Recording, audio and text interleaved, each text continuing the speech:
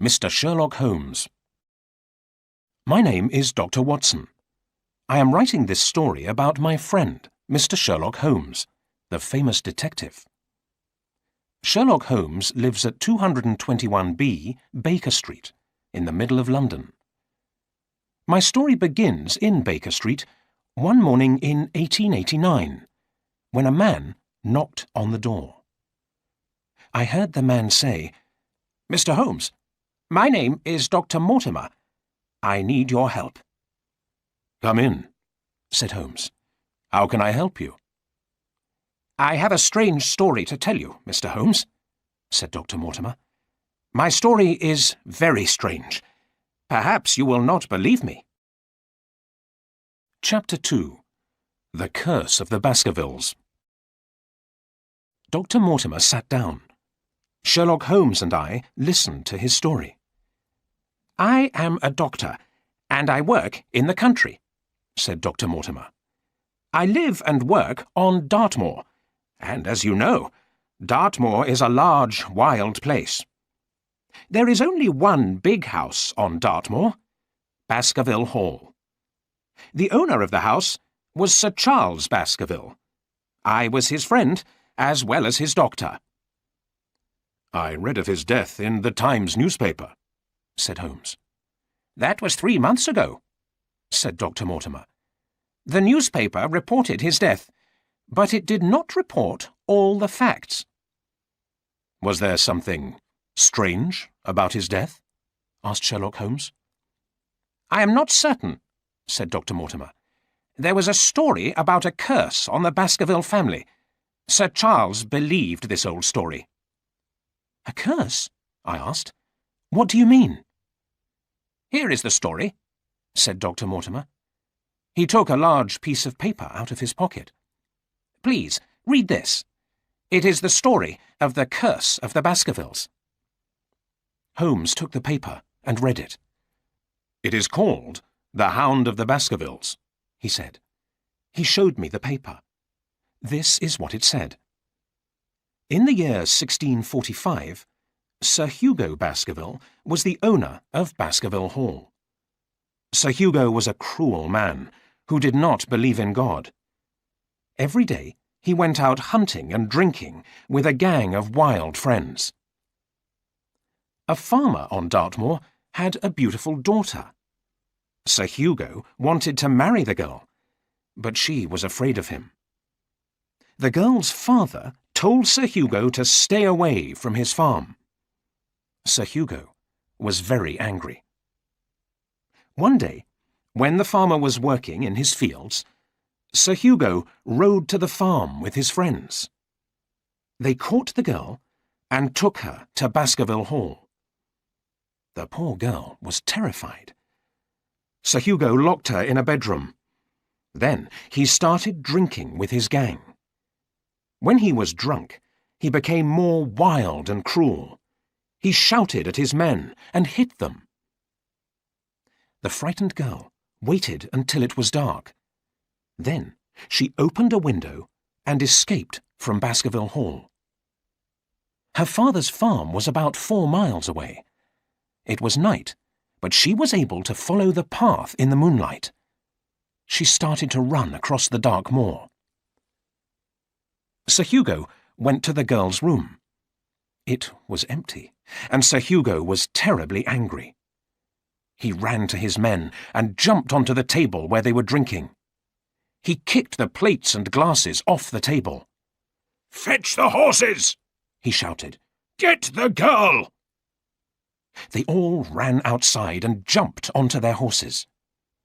Sir Hugo kept a pack of wild dogs for hunting. "Let the dogs find her!" he shouted. "The devil can take me if I do not catch her!" The dogs ran out across the dark moor. Sir Hugo and his men rode after them. The dogs barked, and Sir Hugo shouted. Then they heard another noise. It was louder than the noise of barking and shouting. The dogs stopped and listened. They were afraid. The men heard the noise too. It was a loud and deep howling sound, the sound of a huge dog howling at the moon. The men stopped their horses, but Sir Hugo rode on. He wanted to catch the girl. Sir Hugo did not catch the girl. Suddenly his horse stopped and threw him to the ground. The horse ran away in terror. In the moonlight, the men saw a strange black animal. It looked like a dog with huge, fiery eyes, but it was as big as a horse. All the men became very frightened. The huge black dog jumped on Sir Hugo Baskerville and killed him. The other men ran away into the night, and Sir Hugo was never seen again. Since that time, many of the sons of the Baskerville family have died while they were young. Many of them have died strangely. This is the curse of the Baskervilles. The black dog, the Hound of the Baskervilles, still walks on the moor at night. "Well, Mr. Holmes, what do you think of this story?" asked Dr. Mortimer. "I do not think it is a true story," said Sherlock Holmes. "Why do you show me this story? Do you believe it?" "Before Sir Charles Baskerville's death, I did not believe the story," Dr. Mortimer answered. "But Sir Charles believed the story. It worried him. He became ill, and his heart was weak." "Why did he believe this story?" I asked. "Because he saw the hound on the moor," answered Dr. Mortimer. "Or he thought he saw it. When Sir Charles told me this story, I told him to take a holiday. I told him to go to London for a few weeks and forget all about the curse." "Did he take a holiday?" I asked. "No," said Dr. Mortimer. "He planned to go to London the following Friday, but on the Thursday evening he went for a walk on the edge of the moor, and he never returned." "How did he die?" I asked. "He died of a heart attack," answered Dr. Mortimer. "His servant came to fetch me. I found Sir Charles near the house, on the edge of the moor. He was running away from something when he died. I am sure of that. I think he was terrified of something." "Terrified?" asked Holmes. "What was he running away from?" "I looked at the ground where Sir Charles had walked. I saw his footprints," said Dr. Mortimer. "But there were other footprints on the ground. They were not the footprints of a man. They were the footprints of a gigantic hound." Chapter 3. The Problem. Holmes and I were surprised. This was a very strange story. I did not believe that Sir Charles Baskerville had been killed by a gigantic black dog, but I wanted to know the truth. "Who else saw these footprints?" asked Sherlock Holmes. His bright eyes shone, and he leant forward in his chair. "No one else saw the footprints," answered Dr. Mortimer. "There was a lot of rain in the night. By morning, the footprints had been washed away." "How large were the footprints? Were they larger than the footprints of a sheepdog?" "Yes, Mr. Holmes, much larger. They were not the prints of an ordinary dog." "Also, you say that Sir Charles ran away from this dog. How do you know?" asked Holmes. "The ground was soft," answered Dr. Mortimer. "I saw Sir Charles's footprints outside Baskerville Hall. His footprints were close together as he walked along a path at the edge of the moor. Then he stopped and waited by a wooden gate. After that, his footprints changed. They became wide apart and deep. I am sure he began to run. He ran towards the house. I believe that something came from the moor. I believe he saw the Hound of the Baskervilles." Yes, said Holmes. "But how do you know that Sir Charles waited by this wooden gate?" Because he smoked a cigar, said Dr. Mortimer. I saw the white cigar ash on the ground. Good, said Holmes. Good. You are a detective. Thank you, said Dr. Mortimer with a smile. But you believe that Sir Charles was killed by a gigantic hound? I know he ran away from something, said Dr. Mortimer. I know I saw those strange footprints of a huge dog, but— He looked at his watch. I am meeting Sir Henry Baskerville at Waterloo Station in an hour. Sir Henry is Sir Charles's nephew. He has come from Canada. Sir Charles had no children, so Sir Henry is now the owner of Baskerville Hall. And now I have a problem. What is your problem? Asked Holmes. I believe that Sir Henry is in danger, said Dr. Mortimer. Is it safe to take him to Baskerville Hall? I must think, said Sherlock Holmes. Stay in London tonight. Come and see me again tomorrow morning. Please bring Sir Henry with you. I shall do so, said Dr. Mortimer. He stood up. Now I must go to meet Sir Henry at Waterloo Station. Good day. When Dr. Mortimer had left, Holmes said to me, We have a problem here, Watson. There are 3 questions. What is the crime? Who did it? How was it done? Chapter 4. Sir Henry Baskerville. The next morning, Dr. Mortimer brought Sir Henry Baskerville to Baker Street. Sir Henry was about 30 years old. He was not tall, but he was broad and strong. He looked like a boxer. How do you do, Mr. Holmes? Said Sir Henry. I arrived in London yesterday, and 2 strange things have happened already.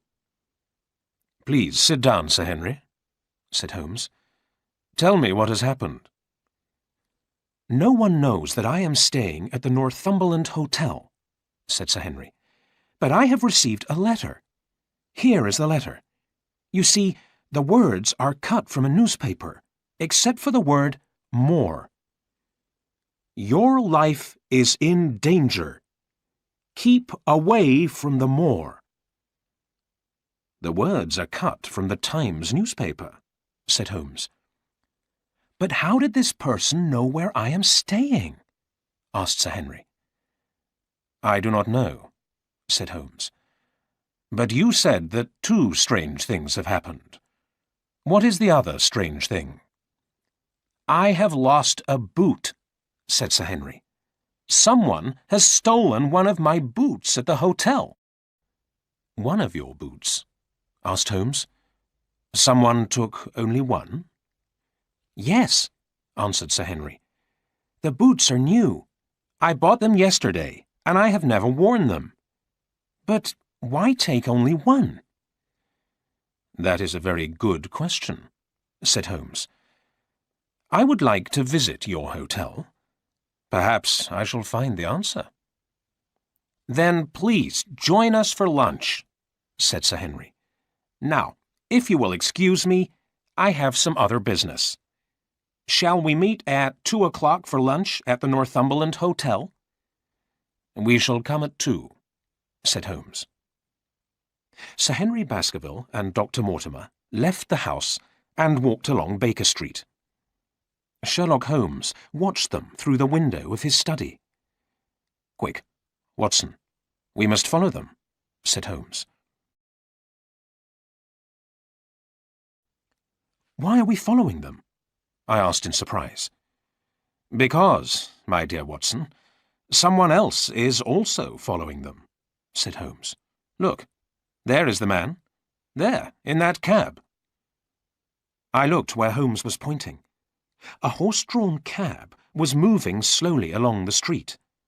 A man with a black beard was sitting in the cab. He was watching Sir Henry and Dr. Mortimer as they walked towards Oxford Street. The man with the black beard turned round as Holmes pointed at him. He saw us and shouted to the cab driver, "Drive! Drive, quickly!" The cab driver whipped the horse, and the cab disappeared round a corner.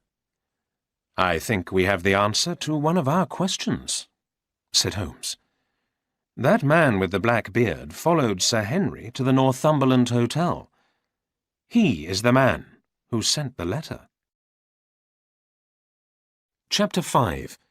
The Stolen Boot.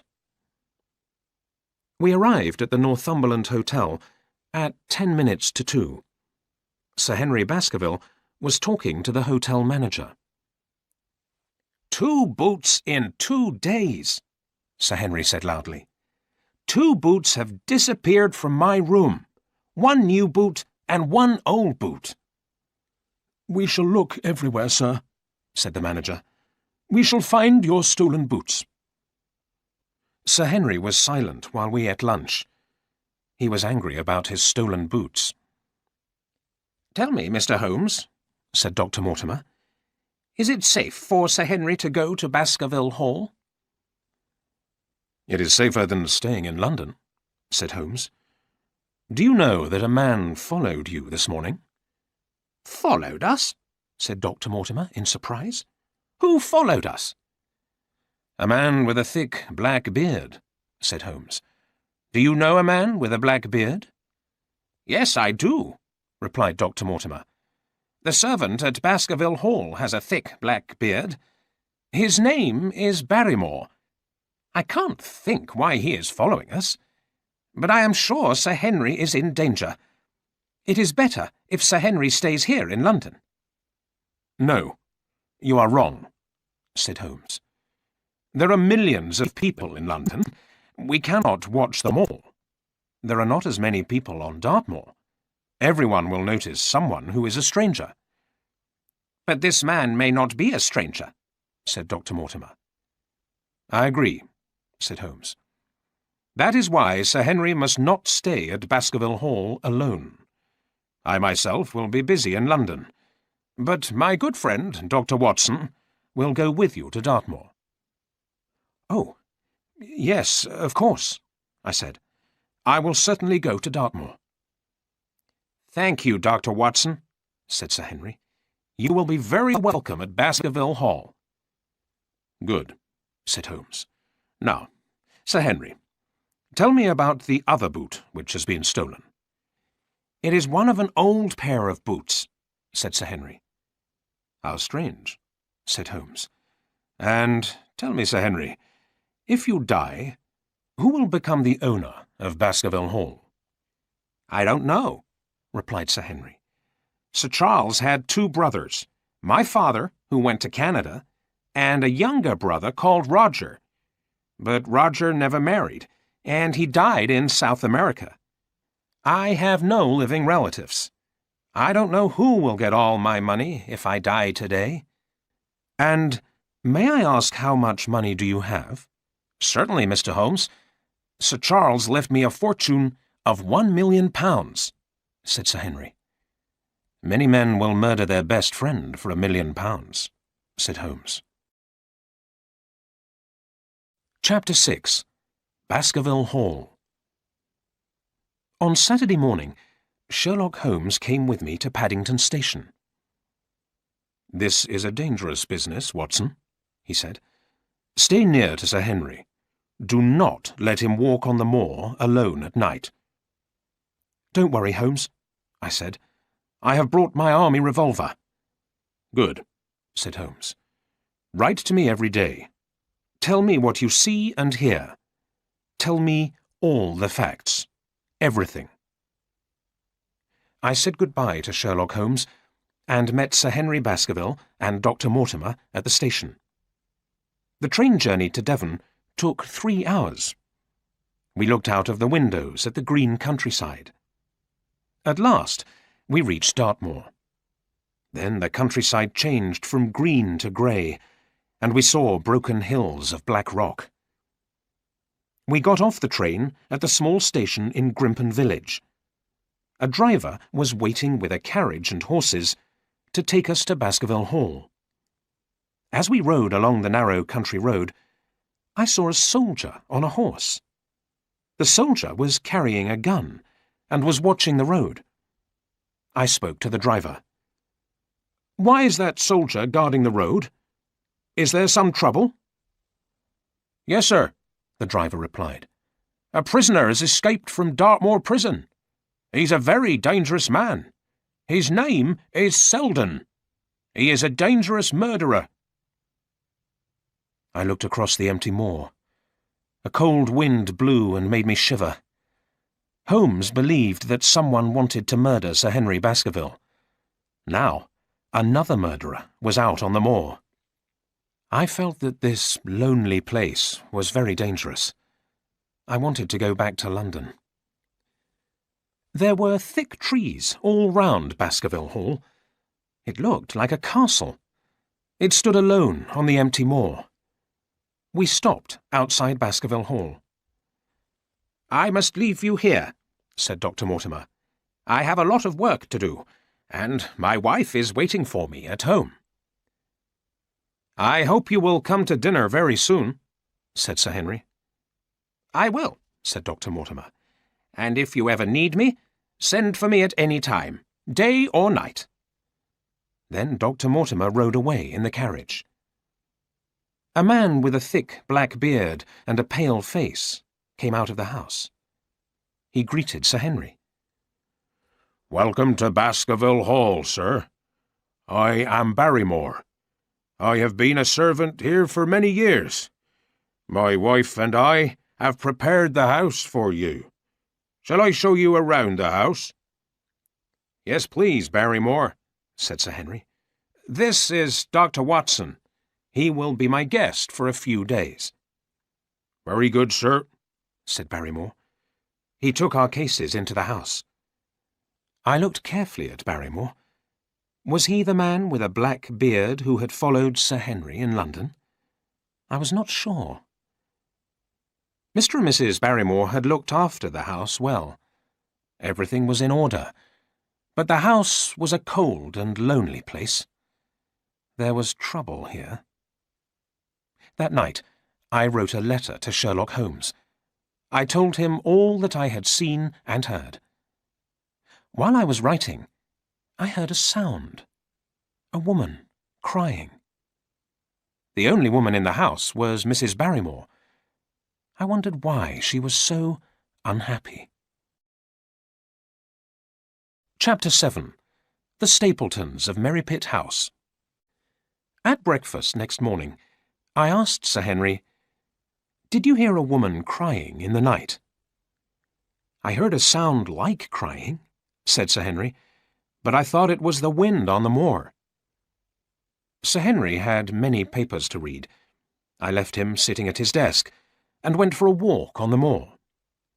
I walked for 2 or 3 miles across the empty moor. Then, behind me, I heard a voice call, "Dr. Watson?" I looked round. I thought it was Dr. Mortimer, but I saw a stranger walking towards me. "My name is Stapleton," said the man.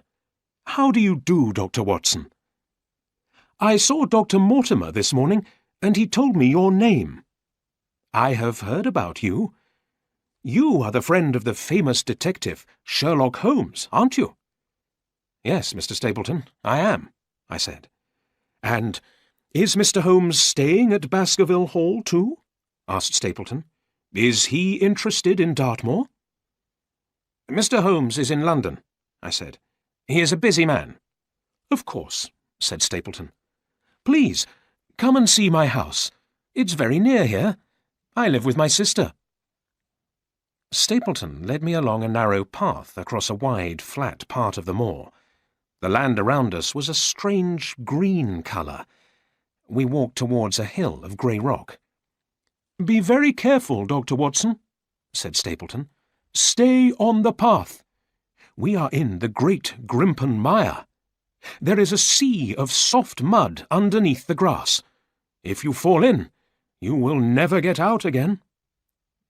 "Thank you for telling me," I said. "But why do you live here? It is a dangerous and lonely place." "I am a naturalist. I study nature," said Stapleton. "There are many interesting flowers and birds on the Great Grimpen Mire, and there are some unusual animals on Dartmoor." At that moment, we heard a strange sound. It was a deep, howling sound, the sound of a large dog. It came from some distance away. "Stapleton, is that the sound of a dog?" I asked. "It is only the sound of the wind," said Stapleton. "The wind blows through the rocks and makes strange sounds. But here is my house, Merripit House on the moor." He pointed to the long, low farmhouse which we could see near the hill. "And my sister is coming to meet us." Miss Stapleton was a very attractive woman. She was slim and tall, with beautiful dark eyes. I thought she looked very different from her brother. She had dark hair, but her brother had fair hair. They were both about 30 years old. Stapleton looked a little older. He was a small, thin, clean-shaven man, with a long face. "How do you do, Miss Stapleton?" I said. "Your brother has told me about the great Grimpen Mire and the unusual flowers and birds. Did you hear that strange sound a moment ago? Does the wind often make this sound?" "I heard nothing," Miss Stapleton said quickly. She looked at her brother, and I saw fear in her eyes. Her brother looked at her angrily. "Let us show Dr. Watson our house," he said. I stayed for a short time. Stapleton showed me his collection of flowers and butterflies. "I will come to Baskerville Hall to visit Sir Henry this afternoon," said Stapleton. "Will you tell him?" "Of course," I replied. "Now, if you will excuse me, I must go back to Baskerville Hall. I hope to see you again soon." "Stay on the path," said Stapleton. "Remember the great Grimpen Mire. Many men have died in it." Miss Stapleton walked outside with me. She spoke quickly, in a quiet voice. "Dr. Watson, I want to tell you about the strange sound you heard. The people here say that it is the sound of the Hound of the Baskervilles. They say it killed Sir Charles, and now it will kill Sir Henry. But please, do not tell my brother that I spoke to you. Now, go back to London. Go back today." She went into the house quickly. I walked along the narrow path slowly, thinking about what she had said. Chapter 8. Dr. Watson's First Report. Baskerville Hall, Dartmoor, 13th of October, 1889. My dear Holmes, I wrote and told you about Baskerville Hall and the people who live here. Now I have more facts to tell you. First, I will draw a map of the area. It will help you to understand my story. Baskerville Hall is about 2 miles southwest of Grimpen Village. I walk to the village to post letters. There are trees all round the hall, and a long avenue leads to a small summer house in the garden. Sir Charles Baskerville died near the summer house. I have marked the gate on the map. It is where Sir Charles stood and smoked a cigar. The gate opens onto the moor. I have told you about the neighbours. Dr. Mortimer lives nearby, about halfway between the villages of Grimpen and Coombe Tracy. I have met the Stapletons. Their house is about 3 miles from the hall. It is on the other side of High Tor. There is one man I have not met, but Dr. Mortimer has told me about him. His name is Mr. Frankland, and he lives at Lafter Hall. He has a large telescope and is interested in astronomy. He uses his telescope to look at the stars. In the past few days, he has not looked at the stars. He has looked at the moor. He is watching the moor because the police have not caught the murderer, Selden. Mr. Frankland watches the moor, looking for strangers. But I do not think that Selden is hiding on the moor. There is no food, and the weather is now very cold. Sir Henry is worried about the Stapletons. He thinks that the murderer may break into their house. He has visited Miss Stapleton several times, and they have become good friends. But Mr. Stapleton is a strange man. He does not like Sir Henry visiting his sister. Now, here is some news about Barrymore, the servant at Baskerville Hall. He looks like the man we saw in the carriage in London. You remember, the man who followed Sir Henry and Dr. Mortimer to Baker Street. I told Sir Henry what I thought, and he called Barrymore and asked him, "Have you been to London recently?" Barrymore says he has never been to London in his life. Also, Sir Henry's question made him angry. He said he wanted to leave Baskerville Hall. Sir Henry said he was sorry. He gave Barrymore some clothes, and Barrymore was pleased. Barrymore and his wife thanked Sir Henry very much for the clothes. Then, last night, I saw something very strange. In the middle of the night, I heard footsteps, and I looked out of my bedroom door. I saw Barrymore with a candle. I saw him walk to the end of the corridor.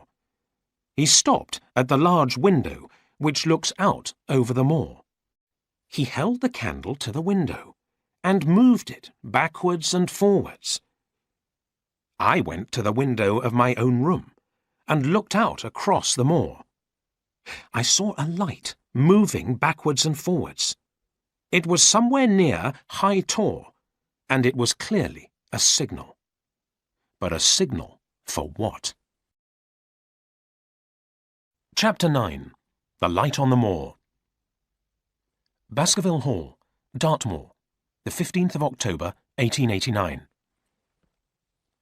My dear Holmes, I am now able to answer the question at the end of my last letter. I know why Barrymore signalled with a candle. First, let me tell you about Sir Henry and Miss Stapleton. I told you that they are very friendly. I have found out that Sir Henry is in love with her. The truth is, he wants to marry her. Yesterday morning, he said to me, "I am going to see Miss Stapleton. I want to go alone." "But Mr. Holmes told me to stay with you," I said. "You must not go across the moor on your own." "I shall go alone," said Sir Henry, and he went out. I did not know what to do. I waited for 10 minutes. Then I decided to follow him. I did not see everything, but this is what happened. Sir Henry met Miss Stapleton on the moor. He asked her to marry him. He told me this afterwards. They walked towards Merrypit House to see Mr. Stapleton. They met him outside the house. Sir Henry told Stapleton the news. I reached High Tor before Sir Henry met Stapleton, so I saw what happened next. I saw Sir Henry talking to Stapleton. Suddenly, Stapleton became wild and angry. He shouted at Sir Henry. Then he took his sister's hand and pulled her towards Merrypit House. Sir Henry turned away and walked back towards the hall. He saw me by High Tor. He was not angry that I had followed him. "Watson," he said, "that man is mad. I told him that I want to marry his sister. He shouted at me. He told me never to see her again. I think he is mad." I said nothing, and we walked back to the hall. That afternoon, Stapleton came to the hall. He wanted to speak to Sir Henry. He kept saying, "I am sorry. I was very rude." Then he invited Sir Henry to dinner at Merrypit House on Friday night. Now I will tell you the story of Barrymore. I told Sir Henry that I had seen Barrymore signal with a candle. Sir Henry said, "We will wait for him tonight. If he signals again, we will catch him." Sir Henry and I did not go to bed. We sat waiting in Sir Henry's study until 2 o'clock in the morning. Then we heard footsteps outside the study. We listened. The footsteps went upstairs. Sir Henry and I waited for 2 more minutes. Then we opened the door quietly and went upstairs. We saw Barrymore by the large window at the end of the corridor. He had a candle in his hand, and he was waving the candle in front of the window. "What are you doing, Barrymore?" Sir Henry shouted. Barrymore almost dropped the candle. He looked frightened. "Nothing, Sir Henry," he said. "I'm checking the window, that's all." "You are signalling to someone on the moor," said Sir Henry. "Who is outside? Tell me." "No one, sir," said Barrymore. "Tell me," said Sir Henry, "or you shall leave this house tomorrow. Tell me now." "Sir Henry," said another voice, "please don't be angry with my husband. It is my fault." We turned and saw Mrs. Barrymore. She was standing at the top of the stairs, holding her hands tightly together. "My brother is outside, sir," she said. "My brother is Selden, the man who escaped from prison." "Selden? The murderer?" I said. "And why do you signal to him at night?" "My husband takes him food and clothes," said Mrs. Barrymore. "We signal to tell him my husband is coming." "I understand," said Sir Henry. "He is your brother. You must try to help him. Go to your room. We will talk about this in the morning." The Barrymores left the room. Sir Henry turned and spoke to me. "I am sorry for them, but Selden is a murderer. I must try to catch him." "Look," I said. "Look out of the window. There is a light on the moor." Sir Henry looked. A small light was shining on the moor. It was near High Tor. "That's him," said Sir Henry. "Come, Dr. Watson. We will go to that light. Bring your revolver." We put on our coats quickly and went out onto the moor. The moon was bright, and so we could see the path across the moor. Also, we could see the signal light. It was about a mile away. "There," said Sir Henry. "Selden is there. Hurry!" I followed Sir Henry along the path across the moor. I was worried. I did not want Sir Henry to go far on the moor at night. At that moment, we heard a strange sound. It was a deep, howling sound. It came from some distance away. "What's that?" asked Sir Henry. There was fear in his voice. I was afraid too. "It sounds like a dog," I said. "It sounds like a very large dog. Shall we turn back?" "No," said Sir Henry. "We are nearly there. Look." In front of us, we saw the signal light clearly. It came from a lamp which stood on a rock. Beside the rock was a man, but the man did not see us. He was looking in the other direction. Again, we heard that deep, howling sound, the sound of a huge dog. The sound was much nearer now. We heard the sound again. It was coming nearer all the time. The man by the rock heard the sound as well. He picked up the lantern and jumped on the rock. He looked one way, then the other. Suddenly, he jumped off the rock and started to run. He ran towards High Tor. He was running away from us, but he was not running away because he saw us. He was running away from something else which we could not see. "Quick, Dr. Watson! Follow him!" shouted Sir Henry. "Get your revolver ready!" We ran along the narrow path. Near us, we heard the deep howling sound. It was very near and very loud. Then we heard a scream. We stopped. "Be careful, Dr. Watson," said Sir Henry. "Let us go forward slowly." The night was silent. We walked forward slowly. There was something, or someone, lying near the bottom of the Tor. We went over to it. I held my revolver in front of me. we found the body of a man at the foot of the tor. The man had fallen from the rocky hill. He was dead. His neck was broken. We were sure that the man was Selden. He was dressed in Sir Henry's old clothes, the clothes that Sir Henry had given to Barrymore. I have one last strange thing to tell you, Holmes.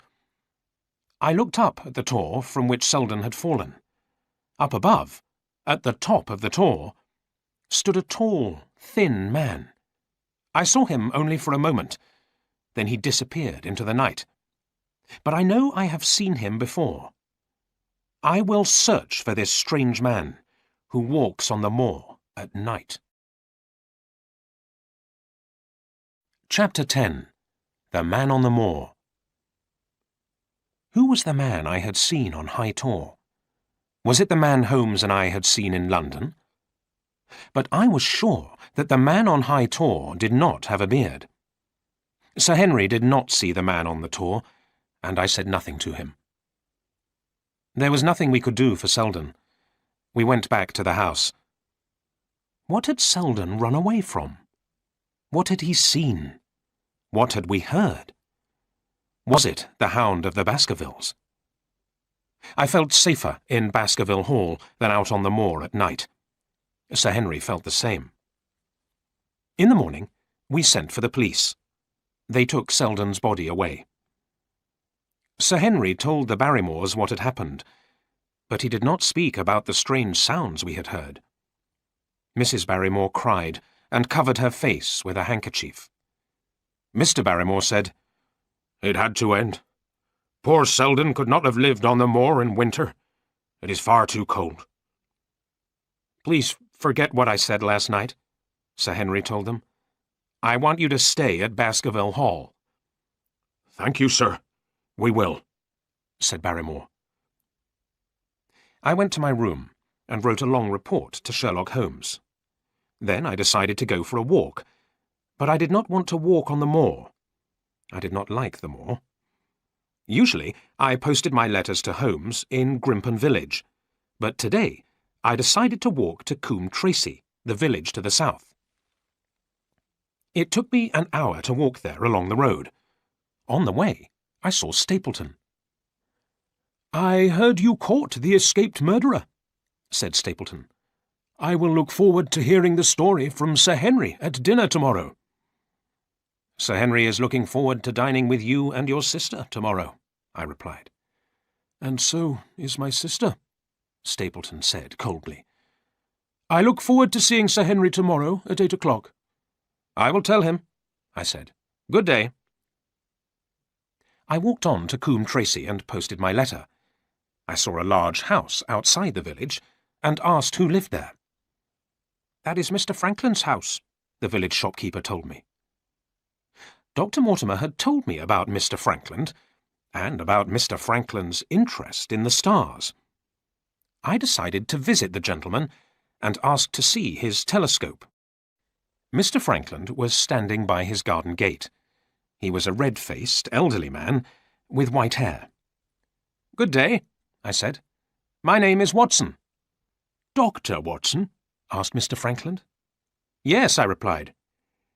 "I heard that you caught Selden last night on the moor," said Mr. Franklin. "I nearly caught him myself." "How did you do that?" I asked in surprise. "With my telescope. Come and see." Mr. Franklin showed me into his house. I was very interested in his telescope. It was very large and powerful. "I saw a man on the moor a number of times," said Mr. Franklin. "Why did you not tell the police?" I asked. "I was not sure that it was the murderer," he replied. "I began to think that perhaps there were two men on the moor. But why would anyone want to live out on the moor? There is no food, and the weather is cold. Then, yesterday, I saw something." "What did you see?" I asked. "I saw someone taking food out on the moor," answered Mr. Franklin. "At night?" I asked. I thought of Barrymore and his signal light. Perhaps Mr. Franklin had seen Barrymore taking food and clothing out to Selden. "No," said Mr. Frankland. "I saw a boy taking food during the day. And letters." "Letters?" I asked. "Are you sure?" "Very sure," said Mr. Frankland, "because I know the boy. I asked the postman and learnt that the boy collects letters every day." "And where does he take them?" I asked. "Look through the telescope," said Mr. Frankland. "Look at that old farmhouse to the right of High Tor. That is High Tor Farm. Someone lives there, but I do not know who. He is a stranger." I looked through the telescope at High Tor. On the left of the tor, I saw the roof of Merrypit House, where the Stapletons lived. On the right, I saw an old farmhouse. The roof was broken, and so was one wall, but I saw smoke coming from the chimney. "Thank you, Mr. Frankland," I said. "Whoever lives there is not Selden. Selden is dead." I said goodbye to Mr. Frankland. Then I decided to walk across the moor and look at old High Tor Farm. It was a mile or two away, and I reached it late in the afternoon. The sun was low in the sky, and the air was cold. I walked up to the farmhouse slowly. The door was broken, and I looked inside. The farmhouse was empty and silent. Part of the farmhouse was dry, where the roof was not broken. There was a wood fire on the floor, and a bed in the corner. A lamp stood on a table with a pile of papers next to it. I went into the farmhouse carefully. I put my hand into my jacket pocket where I kept my army revolver. I walked slowly to the table and looked at the pile of papers. I saw one of my own letters. Someone had stolen one of my own letters. Who lived in the farmhouse? Was it the man with the black beard? Was it the man I had seen on the tor? I soon found out, as I heard the sound of footsteps outside. I took my revolver out of my pocket and turned towards the door. A tall, thin man stood in the doorway, with his back to the setting sun. I could not see his face. "It is a lovely evening, isn't it, Watson?" the man said. The man was Sherlock Holmes. Chapter 11. High Tor Farm. "Holmes," I said in surprise. "What are you doing here?" "I am watching," said Holmes. "I am waiting for the murderer to show himself." "The murderer? Do you mean Selden? Selden is dead." "I know. I was on the tor last night and saw what happened," Holmes said. "Someone wanted to kill Sir Henry Baskerville, not Selden." "But how long have you been here?" I asked. "And why are you here in secret?" "I came here on the same day as you," answered Sherlock Holmes. "I came in secret because the murderer is clever. He will not show himself if he knows I am here." "And what about my letters?" I asked. "Have you read them?" "Yes, I have," Holmes replied. "They were sent to me from London. But I have not read your report of last night. Come, tell me about it as we walk to Baskerville Hall." He left the farmhouse, and I walked quickly after him. The sun had gone down, and it was getting dark. A thick, white mist was rising from the moor. "You are a good detective," said Holmes. "Tell me, how did you find me? How did you know I was at High Tor Farm?" "I did not know it was you," I answered. "Mr. Frankland saw you through his telescope, and he saw the boy who brought you food and letters. He thought you were Selden, the murderer. Also, I saw you last night on the tor." "I see," said Holmes. "If you saw me, I think the murderer of Sir Charles Baskerville saw me too. He will want to kill me as well as Sir Henry." "So," I said, "you think that Sir Charles was murdered?" "I'm sure of it," said Holmes. "Now, stay on the path." It was dark, and the moon had not come up.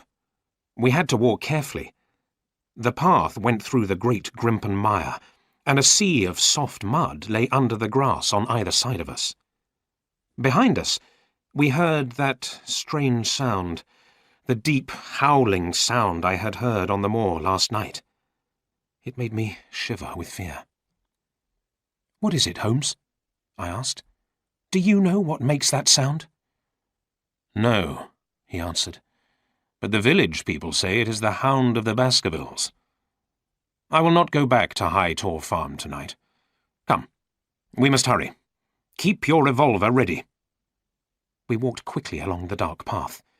I was pleased to see the lights of Baskerville Hall in front of us.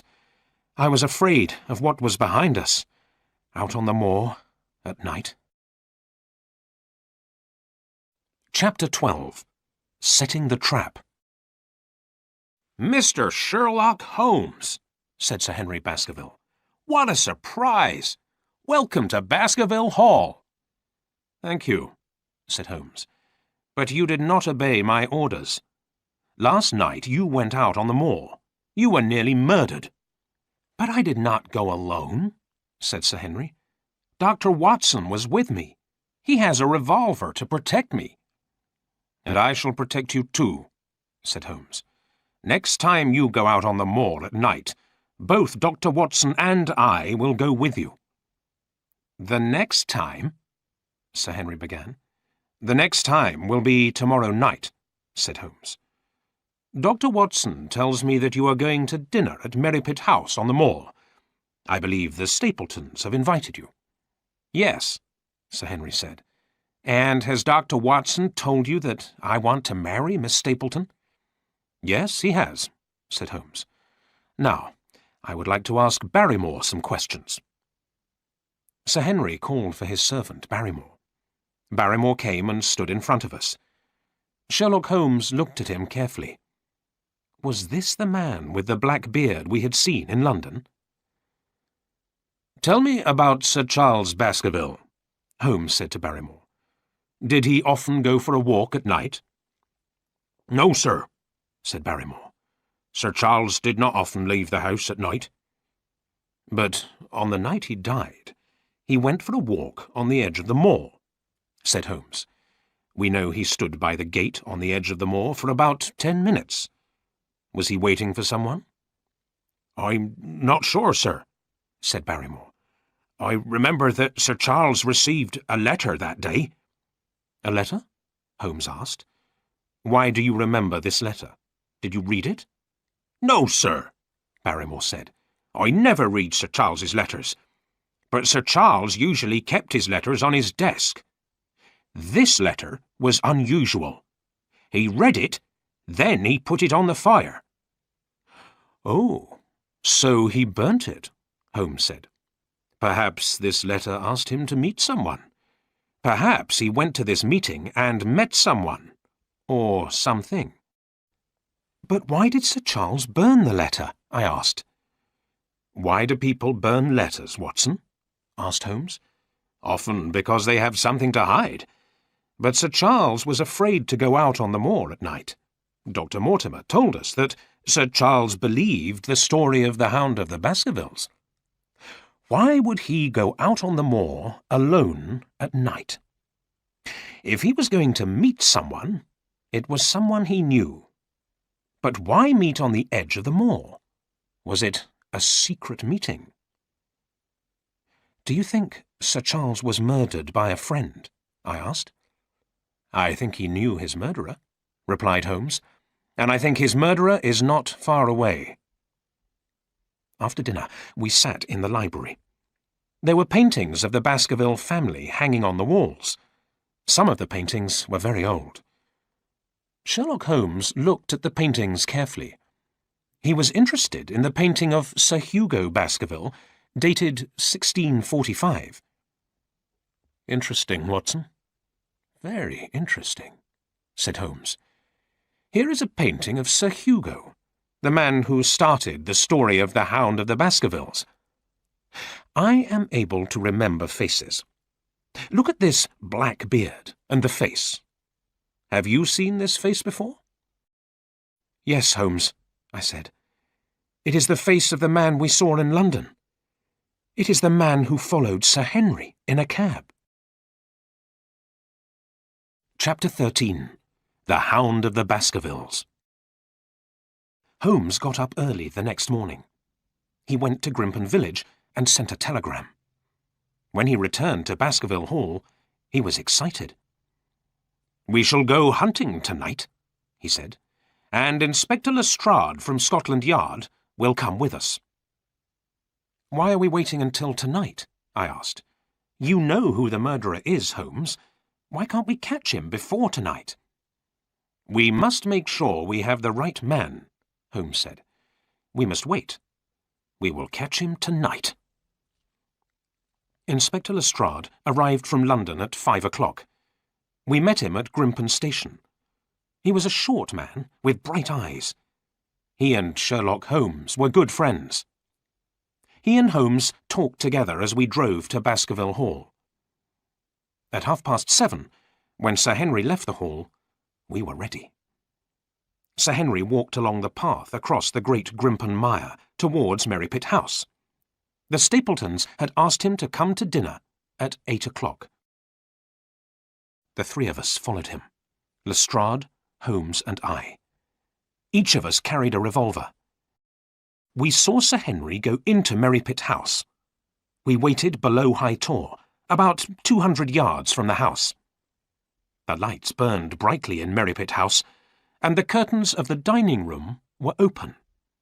We saw Sir Henry talking to Stapleton. "Where is Miss Stapleton?"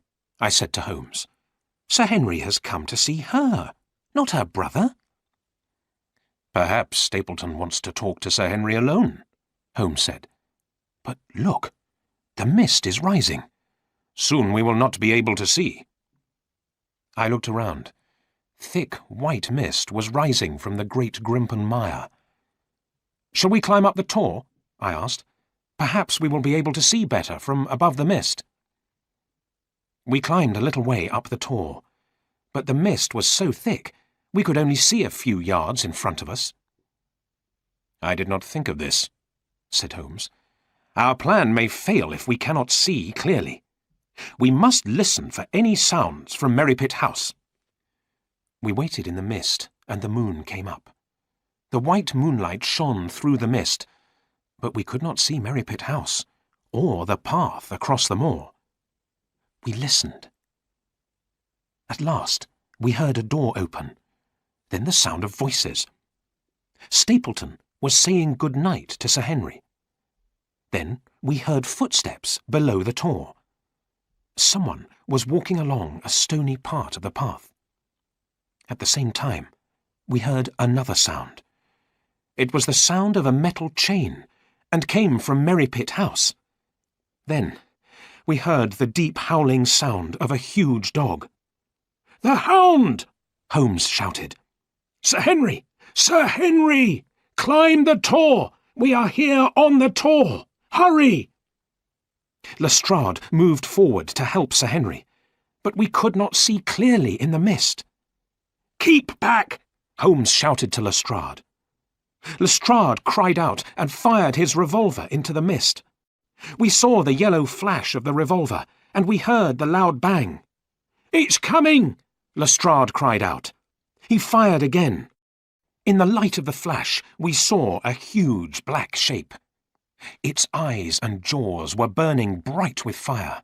It was a horrible, huge monster. It ran past Lestrade. We heard Sir Henry cry out. We heard the sound of falling stones. Holmes and I both fired our revolvers at the black shape. We heard a howl. We fired again and again. Then we moved forward carefully and climbed down the tor. Sir Henry was at the bottom of the tor. He had fallen, but he was not hurt. He now stood up carefully. "What was it, Mr. Holmes?" he asked. "What was that thing in the mist?" Holmes walked along the path, reloading his revolver with bullets. "We are safe," he called back. "The dog is dead." I went to look. There on the path lay the largest black dog I have ever seen. Fire burned around the dog's eyes and mouth. Blood was pouring from its head. "Could it have killed Sir Henry?" I asked. "It would have frightened him," said Holmes. The path across the Great Grimpen Mire is narrow. If he had run in the dark, Sir Henry would have fallen into the mire and died." "But where did it come from?" I asked. "And why is its head burning with fire?" "I believe it was kept in Merrypit House," said Holmes. "The fire is easy to explain." He touched the dog's head with his fingers. "It is a special paint," he said. "Come, let us find the murderer." We walked back to Merrypit House. The door was open. Sir Henry went into the house. "Miss Stapleton!" he shouted. "Where is she? She did not join us for dinner." A sound came from one of the rooms. Sir Henry pushed the door open. Miss Stapleton lay on the bed. Her hands and feet were tied together. There was a cloth tied across her mouth. Sir Henry cut the rope around her hands. Holmes took the cloth from her mouth. "Where is your brother, Miss Stapleton?" Sir Henry asked. Miss Stapleton looked at the floor. "Gone," she said. "My husband has gone." "Your husband?" shouted Sir Henry. "You are Mrs. Stapleton?" "Yes, I am his wife," she said. "But his name is not Stapleton. He is the son of your dead uncle, Roger Baskerville. He is your cousin." Out on the moor, we heard a terrible cry. We ran outside. The mist was thick on the Great Grimpen Mire. The cry came again, and then a loud scream. Then silence. "I believe that the Great Grimpen Mire has taken your cousin," Holmes said to Sir Henry. "He has fallen into the mire. We shall never find his body." Chapter 14. Back in Baker Street. "There are still some things I don't understand," I said to Holmes. "Tell me, who was Stapleton? Why did he want to kill Sir Henry?" "It is simple, my dear Watson," said Holmes. "Remember, Sir Charles had two brothers. The youngest brother, Roger, was a bad man. He got into trouble over money and went to South America. He died in Venezuela.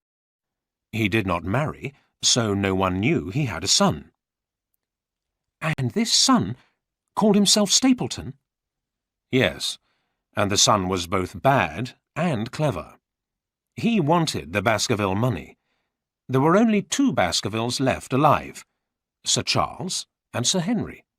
If they died, Baskerville Hall would belong to Stapleton." "What about his wife? Why did Stapleton say she was his sister?" "At first, Stapleton wanted her to marry Sir Charles or Sir Henry. That was a way of getting the money." "What an evil man," I said. "But she did not want to help Stapleton.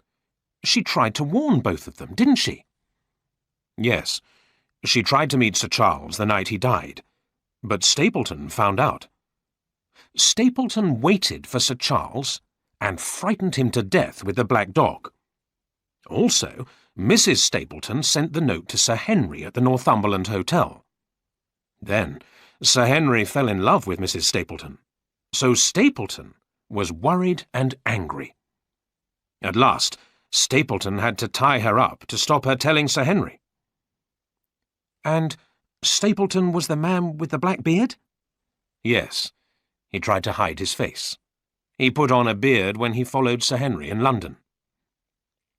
"What about the missing boots?" I asked. "The dog and the boots go together," Holmes said. "Stapleton knew the silly story about the Hound of the Baskervilles, and he knew that Sir Charles believed the story. So, Stapleton bought that huge black dog and let it walk on the moor at night." "But the boots," I said. "What about the stolen boots?" "Watson, you are very slow," said Holmes. "It was a hunting dog. Hunting dogs will follow a smell. Stapleton wanted some of Sir Henry's clothes to give to the dog. He paid a waiter at the hotel to steal the boots. But the first boot did not work, because it was new. It did not have Sir Henry's smell. Then, remember, the dog hunted Selden, because Selden was wearing Sir Henry's old clothes." "What a strange story," I said. "Stapleton was clever." "Yes, my dear Watson," said Holmes. "I needed your help to catch him. Now, why don't you write about it? Perhaps you can call your story 'The Case of the Stolen Boot.'"